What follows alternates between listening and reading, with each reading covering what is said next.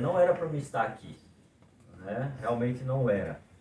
Mas Deus teve misericórdia da minha vida e ouviu as orações da pastora. Amém? E por isso estou aqui. Mas vamos lá. Eu quero falar do Senhor, como é um culto de gratidão. Eu quero ler um texto aqui que está no Evangelho, escrito por Lucas, no capítulo 17. O evangelista Lucas citou um acontecimento com Jesus aqui. Lucas não era discípulo de Jesus, ele não foi chamado dos 12. Ele era um jovem médico e largou a sua carreira para fazer a obra, porque entendeu que naquele momento era mais importante a obra de Cristo do que a sua profissão. E no capítulo 17, versículo 11 em diante, diz assim, presta atenção, que caminho para Jerusalém, passava Jesus pelo meio de Samaria e da Galiléia. Ao entrar numa aldeia, saíram-lhe ao encontro 10 leprosos. A lepra no Antigo Testamento era terrível. Existia uma lei que quem estivesse leproso tinha que ficar 100 metros do outro. Imagine isso, a vida de um leproso. Quando alguém passava, ele tinha que gritar, imundo, leproso, não encosta não. Então perdia a família, perdia a casa, perdia tudo, ficava só. Continuando. Ficaram de longe e lhe gritaram. Por que de longe? Porque não podiam encostar. E lhe gritaram dizendo, Jesus, mestre, compadece-te de nós.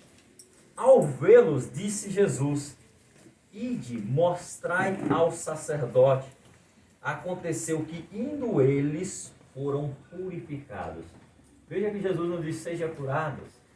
Jesus só falou, vai cumprir a lei, mostra ao sacerdote. Que o sacerdote, o leproso, quando ele se via curado, ele tinha que mostrar ao sacerdote, ele testificava e falava, não, está curado mesmo, pode voltar para seu convívio, para sua casa, né? Pode voltar à sua vida normal. No ato de obedecer, quando Jesus fala, e de mostrar, eles foram. O milagre aconteceu por causa da obediência deles. E aconteceu que, indo eles, foram purificados. Um dos 10, vendo que fora curado, voltou dando glória a Deus em alta voz. E prostrou-se com o rosto em terra aos pés de Jesus, agradecendo. E era ele faz questão de dizer, e era ele samaritano, não era judeu. O samaritano não conversava com o judeu, eles eram inimigos. Ninguém falava com ninguém, um se achava melhor do que o outro. Esse que não era judeu, que era samaritano, ele volta e agradece. Por que ele voltou e agradece? Porque se ele fosse mostrar ao sacerdote, ele ia ficar lá no mínimo 21 dias, que era o que a lei dizia. 7, depois mais 7, mais 7. Então ele ia perder a oportunidade de agradecer o Senhor Jesus. Então ele falou, a lei que fica para lá. Eu vou voltar e vou agradecer a bênção que ele me deu da cura. Ele volta. Jesus pergunta. Então Jesus perguntou, não era 10 os que foram curados? Onde estão os 9? Não houve porventura quem voltasse para dar glória a Deus, senão este estrangeiro? E disse-lhe, levanta-te, vai, a tua fé te salvou. Olha que interessante. Jesus não disse, a tua fé te curou, te salvou. Por quê? Por causa da gratidão daquele homem. Às vezes nós somos ingratos demais. Às vezes tenho que se alimentar, tenho que comer, tenho uma casa para morar, mas mesmo assim da nossa parte há ingratidão, sim ou não? Eu vejo pessoas reclamam disso e daquilo outro, na igreja, dentro da igreja. Eu falo, meu Deus, o Senhor deu já fôlego de vida, o dom da vida, a pessoa está aqui, família, filhos abençoados, e a pessoa não é grata ao Senhor. Queridos, se nós não formos gratos ao Senhor, não adianta viver nessa terra. Porque lá no princípio ele disse que foi Ele que criou todas as coisas. Amém? Se você está de pé, é porque Deus está permitindo. Se você tem filhos, tem uma família abençoada, é porque Deus permite. Tudo está no controle dEle. Ele disse que até o fio do cabelo da sua cabeça é contado. Então, se o seu Silvio chegou aos 100 anos, é porque é permissão do Senhor. Amém? Amém. E ninguém pode ir contra a permissão do Senhor. Ele manda, ele fala e se cumpre. O que eu acho interessante é que essa pessoa volta agradecida, assim como nós temos que agradecer todos os dias. Amém, amado? Amém. A senhora agradeça a Deus todos os dias. Porque quando nós agradecemos, o Senhor está intercedendo e trabalhando por nós. Às vezes você está passando um momento difícil, está complicado, mas você está sendo obrigado, Pai. Eu estou aqui, eu quero te agradecer. Então Jesus nessa hora, Ele olha para nós, olha para a nossa fé, a fé que nós estamos depositando nele, e Ele começa a operar em favor das nossas vidas. Amém? Um dia uma pessoa virou para mim, olha só como é as coisas. Eu já tinha feito muita coisa na minha vida. Eu entrei no metrô um dia, um senhor entrou numa cadeira de roda, olhou para mim, fixou olhando nos meus olhos, e eu falei, ele está olhando para mim, o que está acontecendo? E ele disse, você acha que você ama a sua família? E eu falei, você está falando comigo? Eu estou falando com você mesmo. Você acha que você ama a sua família? Você ama coisa nenhuma, você tem que amar muito mais. Você tem que ser grato à família que Deus te deu. Você tem que ser grato ao Senhor pelo que Ele tem feito. Porque você está de pé hoje é porque Deus tem te deixado de pé. Então que você seja grato ao Senhor Jesus. Amém? Que você seja grato a tudo que Ele tem feito. Pastor, mas está difícil. Está difícil? Continue sendo grato por esta família grande, abençoada. São poucos, tá? Nem todos se reúnem assim, vêm de longe para se reunir assim. São poucos. Então, parabéns. Que vocês continuem honrando o Senhor. Né? Continue buscando o Senhor. Pastor, mas eu não sou cristão, eu não sou crente, eu não sou evangélico. Querido, a Bíblia diz e o Senhor testifica que há um tempo determinado para todas as coisas. Você está num caderninho do Senhor. Amém? Ele tem um tempo para você. Vai chegar a hora que você mesmo vai desejá-lo. Sabe por quê? Porque ele disse assim, João 14, versículo 6. Eu sou o caminho, a verdade e a vida, e ninguém vem ao Pai. Veja que ele não fala vai ao Pai, ele deveria ter falado vai, mas ele não fala, porque Jesus é Deus. Ele se fez homem e esteve entre nós. Ninguém vem ao Pai a não ser por mim. Por isso que nós temos que ser gratos a Ele, porque passando por Ele, nós alcançamos dias melhores. Amém? Não, pastor, minha vida, ela se resume só a esse tempo. Não. Hebreus 9, 27 está escrito, se você acredita na palavra, ao homem está ordenado morrer só uma vez. Depois disso, segue-se o juízo. Há um tempo determinado depois da nossa partida. Com Deus ou não, mas há. Isso que nós temos que pensar todos os dias. Amém? Às vezes eu tenho atendido pessoas abastadas, pessoas bem de vidas, mas tristes, infelizes. E às vezes eu fico pensando, Senhor, por que isso? Essa pessoa tem tudo. Tem uma casa boa para morar, tem um carro bom para andar, filhos formados, mas essa pessoa está assim. É porque falta algo. E este algo é Jesus Cristo. Amém? Eu quero ler um salmo com vocês aqui, Salmo 28. Como eu cheguei aqui e vi essa família, né? Conheci essa família aqui, 28 não, 128. Olha o que o salmista diz aqui. Bem-aventurado aquele que teme ao Senhor. Então só é bem-aventurado aquele que teme ao Senhor. E anda nos seus caminhos. Do trabalho das tuas mãos comerás.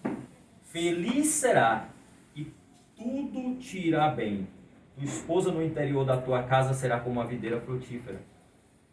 E os filhos como rebentos da oliveira à roda da tua mesa. E como será abençoado, e eis como será abençoado o que teme ao Senhor. O Senhor te abençoe desde Sião, para que vejas a prosperidade de Jerusalém durante os dias da tua vida. Veja os filhos dos teus filhos e o bem sobre Jerusalém. Ele alcançou os filhos dos filhos dele. E nós? E nós? Será que alcançaremos? Pelo visto, né? Pelo visto o gene é muito bom. Mas fato é, nós não sabemos o dia da nossa partida. Amém, querido? Não sabemos. Por isso que temos que ser gratos a Deus hoje. O dia da salvação é o dia do hoje. Não há como deixar e protelar para amanhã.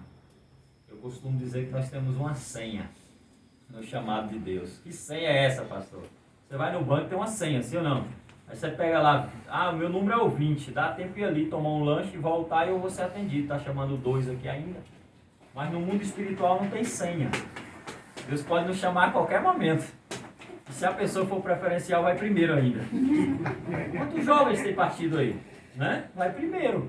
Por isso que nós temos que estar apercebidos. Amém? Gratos a Deus por tudo, pela saúde, pelo emprego, pelo trabalho, pelos filhos, pelos netos. Gratos a Deus por tudo. Eu acho que eu perdi meu celular, né? Eu falei, você não vai tirar minha paz não, Senhor, porque celular a gente compra outro, né? Eu acho que foi na saída do carro, ali na hora que eu saí. Estava chovendo, sei lá, deve ter caído. Mas a salvação não tem dinheiro que pague e que possa comprar. Amém, queridos? Só Jesus pode dar. É Jesus que tem nos dado essa saúde, esse vigor, né? A irmã é um exemplo lá porque, né? Jovens, olha, essa irmã está aqui fazendo, está se esforçando, eu também vou me esforçar. Né? Então é um exemplo lá a ser seguido. E eu quero finalizar com o Salmo 139, que é tremendo, e diz assim: Senhor, este é o Deus de toda a terra, é o Deus que criou o ser humano. Ele diz aqui: Senhor, tu me sondas e me conheces, sabes quando eu me assento, quando eu me levanto, de longe penetras os meus pensamentos, esquadrinhas o meu andar e o meu deitar, e conhece todos os meus caminhos. Olha que tremendo isso. Ainda que a palavra mim não chegou à língua, tu, Senhor, já conhece todas. Tu me cercas por detrás e por diante, e sobre mim põe as minhas mãos. Amém, querido? Amém. Então não se preocupe, Deus já ouviu o teu clamor, Deus já ouviu a tua oração, só que é um tempo determinado de Deus para Ele operar. Assim como houve um tempo determinado na minha vida, eu creio na vida de muitos aqui, e assim, em nome de Jesus, eu profetizo que haverá um tempo determinado também na vida daqueles que não conheceram o Senhor. Porque eu só posso te dizer uma coisa: quando o conhecerem na intimidade, vocês nunca vão querer abandoná-lo.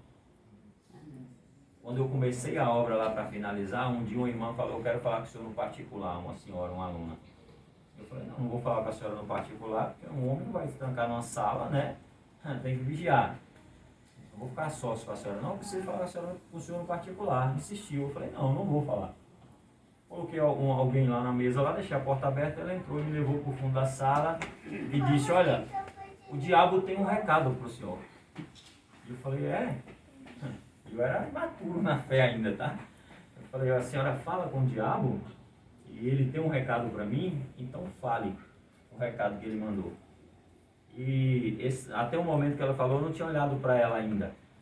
Quando ela falou isso, eu olhei para ela e vi que não era ela que estava falando. Não era. Ela estava possessa. E eu deixei falar. E ela falou: olha, Deus falou, o diabo falou que não é para o senhor ensinar a palavra de Deus como o senhor está ensinando. É para ensinar só o Pai Nosso. Olha que interessante. O Pai Nosso é uma oração bíblica. Está na Bíblia, em Mateus 6, né? Então o diabo, ele usa a palavra também. Eu falei: é mesmo? Ele mandou esse recado? Sim. Eu falei: então, já que a senhora fala com o diabo, dê um recado para ele também. Porque eu falo com Deus, com o Espírito Santo. O diabo a gente repreende, né? Fala para ele que eu vou continuar a ensinar a palavra. Eu coloquei as mãos sobre ela, expulsei o demônio. Naquela hora ali eu senti uma pessoa que fuma, né? O odor da nicotina é muito grande. Só que eu não tinha sentido antes. Olha que interessante isso. De alguma forma, o mundo espiritual é desse jeito. Acobertou um cheiro que eu não senti. E eu só fui sentir depois de que eu falei com ela. E naquele dia eu entendi que a obra era para ser barrada ali. Era para mim ter medo, parar e não continuar. Mas pela graça, misericórdia de Deus, nós continuamos, né, ali fazendo a obra do Senhor e vidas têm sido alcançadas. Amém, querido?